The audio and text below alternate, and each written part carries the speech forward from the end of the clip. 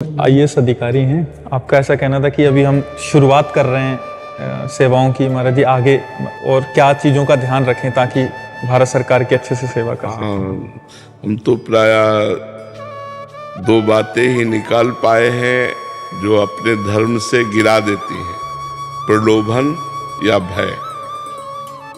यदि हमारा जो कर्तव्य है उस कर्तव्य के पालन में हम कभी किसी के प्रलोभन में आकर के कर्तव्य रहित कार्य न करें या किसी के भय में आकर के, भय और प्रलोभन से बचकर अपने कर्तव्य का पालन करो और भगवान का स्मरण करो, तो यही भक्ति बन जाएगा।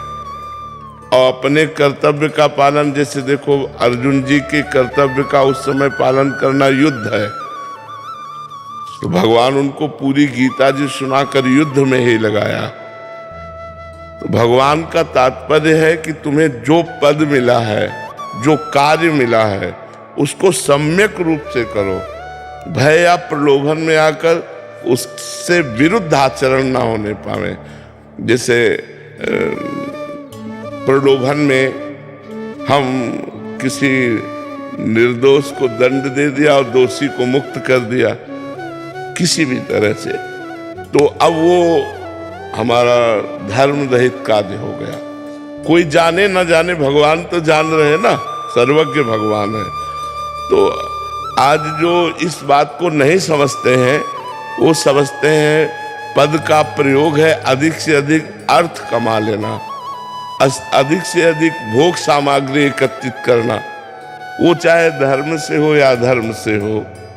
तो ऐसी बुद्धि अगर न रखी जाए और धर्म में चलने पर हमें नमक रोटी ही मिले, हम साधारण वेशभूषा में ही रहें, लेकिन हम धर्म से हैं तो अपने राष्ट्र की सेवा कर रहे हैं, हम अपने भगवान की सेवा कर रहे हैं, क्योंकि भगवान की पूरी सृष्टि है और नाम जप कर रहे हैं तो हमारी सदा उन्नति ही होगी।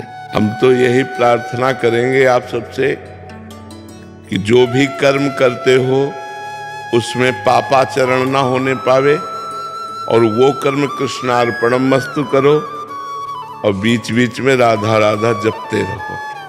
फिर जीवन का जो लाभ है वो असली लाभ है भगवान का भजन, भगवान का नाम और सत्कर्म। अगर सत्कर्म हो रहे, भगवान का भजन हो रहा, तो हमारा मनुष्य जीवन जो दुर्लभ मिला था वो सार्थक हो गया। जहाँ भी दास रहता है वाणी से ही संतुष्टि मिलती है। जब मन उथल पुथल होता है तो थोड़ा वाणी जैसे ही लगाते हैं तुरंत शांति लगती है। आप संतों के द्वारा दी हुई जो वाणी है वही है, संतों की जूठन है। जो सुना, जो शास्त्रों में पढ़ा, जो हृदय में भगवान प्रेरणा करते हैं वही बोलते, तो वो भगवत वाणी हुई। क्योंकि संतों की वाणी और भगवान शास्त्र हैं तो भगवान स्वरूप ही है, शब्द ब्रह्म है। और संतों की वाणी तो कहना ही क्या है, तो उनकी बात सुनकर, शास्त्रों से पढ़कर और जो हृदय में आता है उसे मिलाकर जब बोला जाता है ना, तो भगवान की ऐसी वाणी होती है कि उसे सुनते ही हृदय में जो हमारे उथल पुथल हो तो ठीक हो जाता है। तो संत वाणी भगवत वाणी का सार है।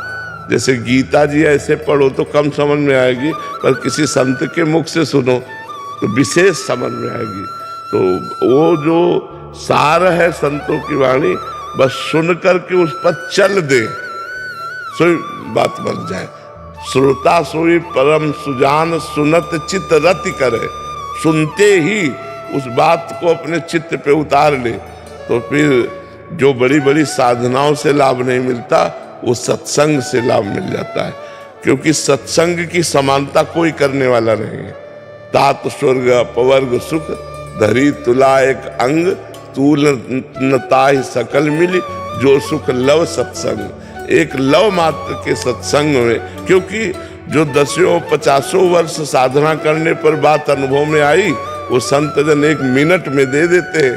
पर श्रोता सोई परम सुजान, परम सुजान श्रोता कोई उस बात को अपने हृदय में धारण कर लिया तो मंगल हो जाता है जी।